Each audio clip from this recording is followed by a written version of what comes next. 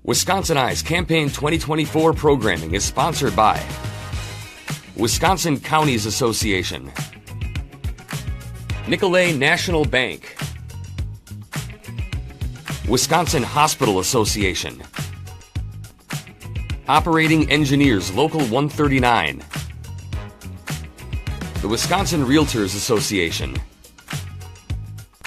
the Wisconsin Laborers District Council, and North Central State's Regional Council of Carpenters. To support programs like this, please consider a tax-deductible donation at wiseye.org/donate or by texting WisEye to 44321.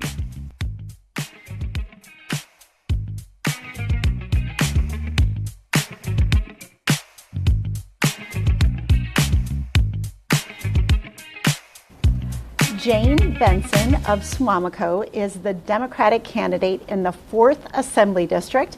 The election is November 5th. Jane Benson, welcome to WisconsinEye. Oh, thank you for having me. Thank you for participating in our candidate interviews. What is your campaign's key message? Why are you running for this office? For the last 7 years, I've worked with nonpartisan organizations on fair maps. This year, we have fair maps for the first time really in decades. There's more energy about the elections. Of course, it's a huge election at the national level, but across the state, it's a big election. Voters feel like they have a chance to have what they really care about matter to the candidates they elect. And that's something really different that we haven't had. So I'm running to take advantage of that energy from the fair maps, and I'm talking about caring communities, about clean water, and reproductive rights. So if you're elected, what's an example of a bill that would be a priority for you to introduce? I would like to come right out of the blocks and start working on reproductive rights. Yep, that's one where, we have the 1849 bill, which was a complete ban, was in effect for 15 months in our state. So we have felt the suffering that the people of Texas have, that people in other states around the country have felt. And now it's our chance to begin to build toward, in my view, a constitutional amendment that will protect reproductive rights. So it takes 2 consecutive years of passing a bill before a constitutional amendment can even make it onto a ballot. So it's a long-term thing that needs to get started on right away. So if you're elected to the Assembly, you would be entering the legislature during a biennial budget year. There is projected to be a $3 billion budget surplus in the state. What would be your top 2 priorities for use of that surplus? For me, and for the 4th district, I would say it's school funding and clean water. And school funding, we are in,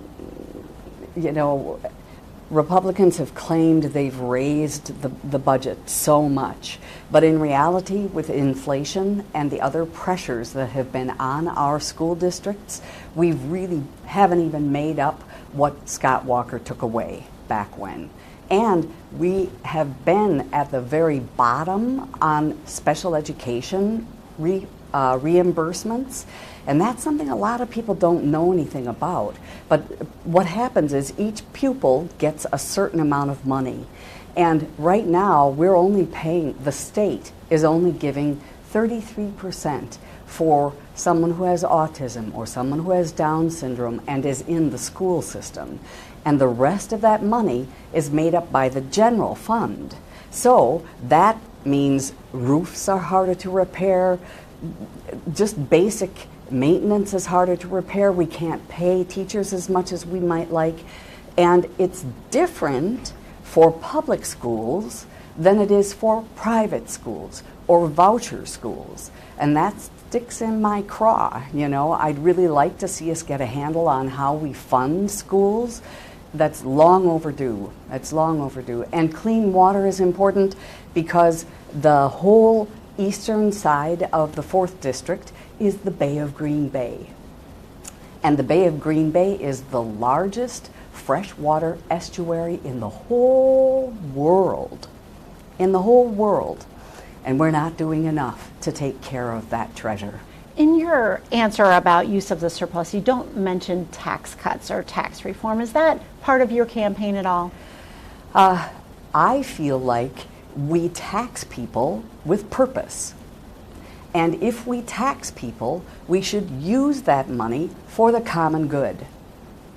So I'm not someone who's saying we should send the money back. I'm saying we taxed people for a reason. Now let's use that money to do the good we intended to do when we taxed them.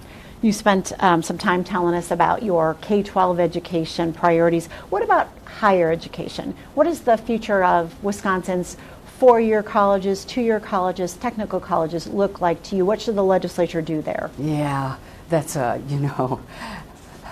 it goes back to fair maps. Because when Scott Walker came in office and created unfair maps and had the Assembly, the Senate, his position as governor, and the Supreme Court, they created situations that made all of this more difficult for everyone. Now I forgot the questions. Higher education. Higher education. So he reduced education funding all the way around and has left us, the legislature, supported what he did to the point where we are now in the bottom third of the country in support for our higher education system. To me, that's inexcusable when we have the UW-Madison, which is a stellar university that is losing ground because it's not properly supported. Now, as far as technical colleges go, I have mixed feelings about technical colleges. We destroyed unions under Walker, right? We not completely destroyed them, but we did them a lot of harm. And it used to be that unions trained workers for companies that needed specialized workers. Now, we as taxpayers are paying for technical colleges to train people to do those jobs for corporations. And there's a part of me that views that as a form of corporate welfare. Speaking of workforce, what do you see as the state's largest workforce development challenge, and how do you propose addressing it? Women. Getting women into the workforce. And in order to do that, you gotta have child care. You know, to me, that's fundamental. And what's the solution on child care? There have to be multiple solutions. You know, if you live in Oconto County, that's very rural, you're not going to have the same needs as you have in urban Milwaukee or you have in Howard. It has to be different, and it has to be tailored to the conditions in a given area of the state. Another workforce question. Investments in public and energy infrastructure grow our state's economy. These investments also provide an opportunity to invest in our state's workforce, but currently there are no requirements for hiring local workers. Would you support a state resident hiring requirement for state, local, and utility scale infrastructure investments? Yes.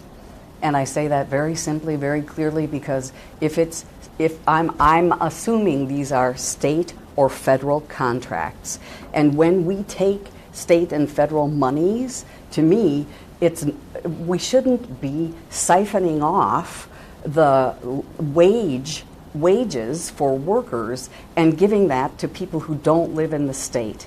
Part of the reason Tammy Baldwin and Governor Evers bring those monies into the state is to help us not only with our energy needs and those kinds of things, but with jobs. You know, that's part of the purpose. Employee classification is an issue in the construction industry. Some employers misclassify workers as independent contractors or pay them in cash off the books. This lowers costs by avoiding payroll taxes and unemployment insurance, and it puts compliant companies at a disadvantage when bidding on projects. Plus, misclassified workers may be denied minimum wage protections or overtime pay. Are you aware of this issue, and what would you do about it? Yeah. You know, cheaters will be cheaters, kind of. My husband has been he's been self-employed for 23 years, and he uses independent contractors. So from my understanding, the difference between an independent contractor and a cheater is when the person is really an independent contractor, they have their own schedule. They decide whether they want to work that job or not. They understand what they'll be paid, and that agreement is made between the person who's contracting with them and that worker. When you're a cheater, you hide things about what you're going to pay. You put workers in a position where they can't complain because they'll lose the job they really need. It's just an ugly way of doing business, and it's a form of cheating. And the legislature should address it. Yeah. Housing. Affordable rental housing is an issue in Wisconsin. Some have proposed government-imposed rent control to maintain affordability, while others argue keeping rent artificially low will decrease rental supply and result in increased prices. What is your sense of housing as an issue, and which best addresses rental housing affordability? Is it rent control, building more rentals, or some other solution? Again, this has to be an all of the above sort of thing. Rural Oconto County has problems with housing affordability. The elderly have problems with housing affordability. As the taxes rise, they can no longer afford their houses, staying in their houses, which they should deserve to be able to do. If you're in urban Milwaukee, you may have gentrification going on, where people are buying up older properties, renovating them, and then the people in the neighborhood can no longer afford to live there. And huge rent increases happen in those places that are rehabbed and then rented again to new people. And there's everything in between. I mean, you've got the little houses that they're using for the veterans in Green Bay to try to help people who have been homeless. There are a lot of different solutions, and it's going to take a lot of different solutions. Is this a priority area for the legislature, housing? It's a priority for the people I knock doors on and listen to. That I will tell you. Healthcare. Medical systems are facing numerous headwinds in the form of inflation, workforce development, and issues around Medicare and Medicaid reimbursement, resulting in fewer services and even the closure of a hospital system in western Wisconsin. What would you do to preserve access to care and prevent future closures? The very first thing is to take Medicaid expansion. We have been giving away billions of dollars that we, Wisconsinites, paid in at the federal level, and 40 other states are using our money. We are one of 10 states left that hasn't accepted expanded Medicaid. So that would be the first thing I would go for improving the amount of money that's available for health care. Other things about health care, Medicaid reimbursement. That's a bad issue. Should reimbursement be increased? Absolutely. It has to be increased. I have a brother who was a doctor in Green Bay for 32 years. And so I know personally through him, he was a general practitioner, that when they took care of Medicaid patients, they lost money. And the way they made it up was through privately insured people or insured patients.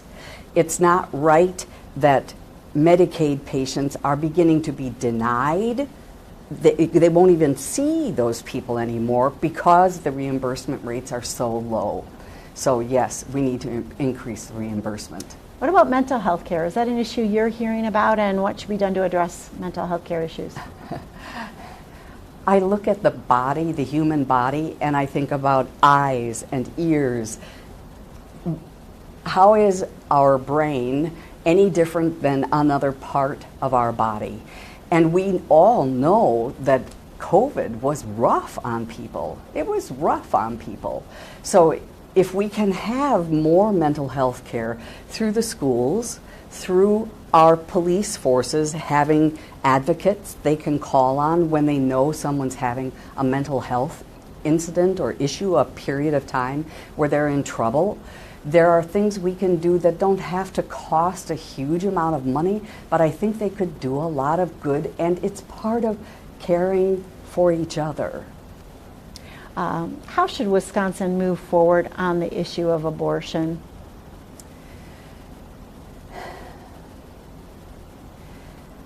I trust women. I trust women absolutely. I have known so many women who've had weird things happen. They've tried more than 10 times to have a baby. Desperately they wanted one and had 10 miscarriages. Or they were groomed by a man and he waited until she was 18. She got pregnant at 18 and had an abortion. There are so many different stories of people who've wanted babies, desperately bring them to term only to have it be a stillbirth. There is no way legislators can legislate all the possibilities that can happen in an abortion situation. So I trust women, and I already said I would like a constitutional amendment protecting women's rights, and that's my stance. Transportation. What are the pressing transportation needs in your district, and how important is it that these needs are addressed and for the state to keep on schedule with the reconstruction of aging interstates and significant corridors of commerce? It's pretty exciting to see more infrastructure work being done, and that's really thanks to Tammy Baldwin, and it's thanks to Governor Evers that most of that work is, that those millions of dollars are coming into the state. For our rural people, they have been neglected, right? So my Oconto people, I hear you, I see you, and I know you need infrastructure work on roads in particular. You have industrial farms that are bigger than ever, and they use bigger equipment than ever, which wrecks the roads. So we have to have help for people who live in rural areas. At the same time, we're rebuilding Lineville Road in Suamico and Howard and making that a main thoroughfare so that it accommodates more workers, more travel, and more economy. Water quality and the environment. PFAS, water contaminants, are a growing concern for many Wisconsinites. Is this an important issue to you, and how do you propose addressing it? I serve on the Clean Water Action Council of Northeast Wisconsin, and I have had PFAS in my sites for years. The Bay of Green Bay leads into Lake Michigan, which is part of the Great Lakes. And the Great Lakes make up 90% of the fresh water in the whole United States. In the whole United States. So if we don't take care of the Bay of Green Bay, Lake Michigan, and do our part, how are we going to have drinking water for all the people who are going to come because of climate migration, right? We know it's drying up and forest fires and getting hotter and hotter all around us, and we live in this oasis. We live in an oasis, and if we don't take care of that water, we must take care of that water. Final two questions for you. How would you describe the leading differences between you and your opponent? My opponent has been in office for 10 years. So he had 4 years of schooling from Scott Walker during the days when they could do anything they wanted. And he has spent the last 6 years obstructing things that the people of Wisconsin want. And the difference there is I have fought even for him when he lived in a gerrymandered district and lost 240 ballots when people came to vote because someone didn't know which ballot to give out. A poor poll worker gave out 240 wrong ballots, and it was his district. So I went to the state capitol to testify. That's an example of the difference between the two of us, that I choose to protect all of us and see to it that all of us have good rights, solid rights, wholesome rights. Final question. let's say you're elected this fall and you get this magic wand you can use in the state capitol on one issue that you could resolve in a way that brings all parties together. What would that issue be? Collaboration.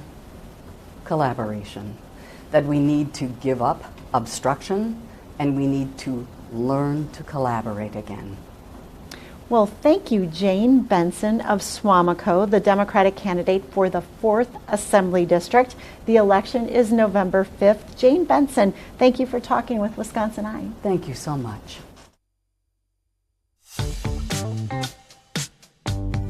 This programming is brought to you by our generous sponsors. Thank you for watching.